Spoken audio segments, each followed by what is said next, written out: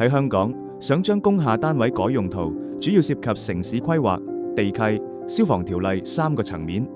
第一步，要睇清規劃用途。如果想改嘅用途屬於第2欄，咁就一定要先向城規會申請規劃許可。第二步，要申請地契豁免書，過咗城規會就要向地政總署申請地契豁免書或者修訂地契，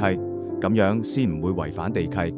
第三步，無論係申請豁免書或城規批准，只要涉及結構改動，例如拆除間隔牆、打通單位、改變大廈防火要求，或者係更改走火通道等，都必須揾認可人士向屋宇署提交改動及加建工程申請。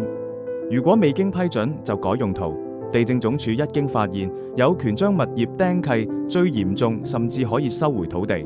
成個申請過程其實幾複雜，涉及好多專業報告、圖則、文件，建議一開始就聘請測量師、認可人士幫手做評估。如果你都需要將單位改用途，歡迎同中原測量師行聯絡。